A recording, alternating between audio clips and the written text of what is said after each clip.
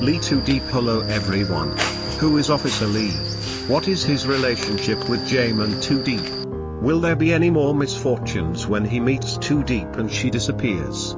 As for Tu Diep, she cannot return because she no longer remembers her memories with Jame. How will Jame face Tu Diep when he meets her? Let's follow this story today. The sky was painted in shades of grey that afternoon, as if mourning something long lost.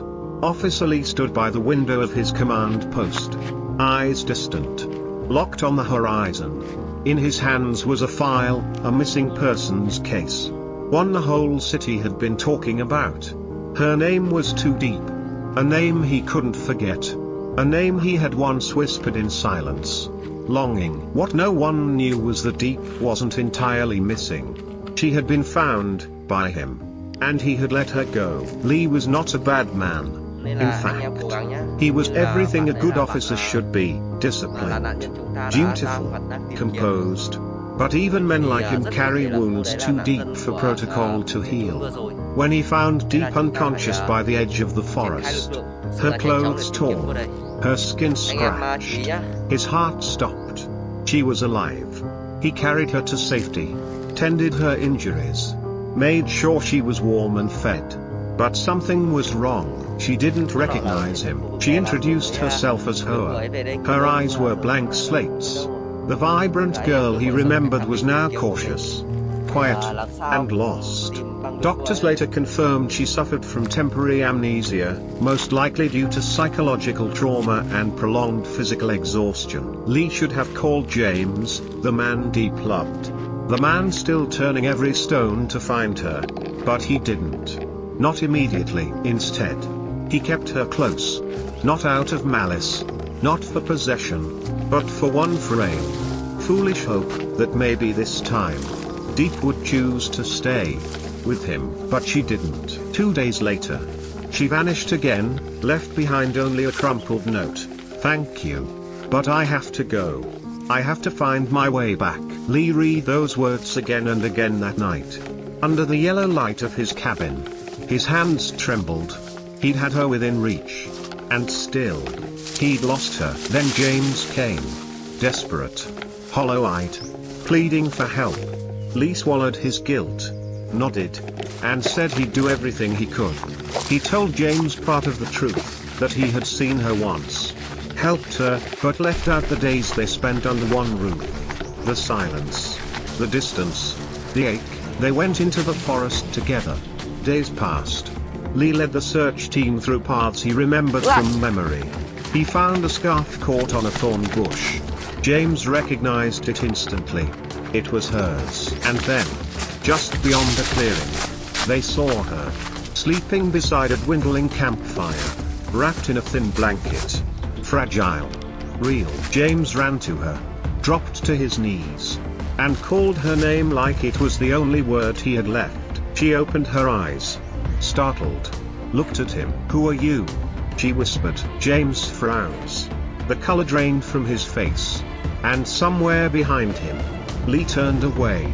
The weight of his silence crushing him from the inside out. Back at the clinic, the doctors confirmed the worst. Diep, no. Hoa couldn't recall anything. Not her name. Not her past. Not James. She had erased her own history as a means to survive. Still, James stayed.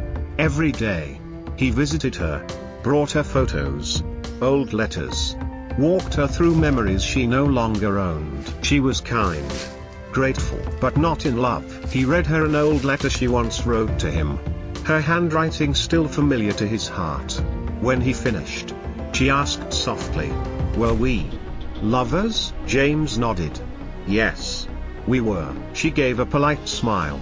"The kind you give strangers." "Then I must have loved you very much." James couldn't answer. He simply held her hand, trying to remember what it felt like when she held his without hesitation. Lee came to him a few days later. He confessed everything. That he had kept her hidden. That he was selfish. That he wanted her to remember him instead. But she didn't. And now, not even James could bring her back. Two men, once rivals, stood quietly beside each other. Both had lost the same woman in different ways. She had become someone neither of them could reach. A month passed. Diep, still calling herself Hoa, decided to leave the city. She wanted to live somewhere quiet, free of names and faces she couldn't remember. James didn't stop her. He took her to the station, walked her to the bus, held her hand one last time. "If one day you remember, even just a little," he said gently, "please call me." She smiled. A soft, distant smile.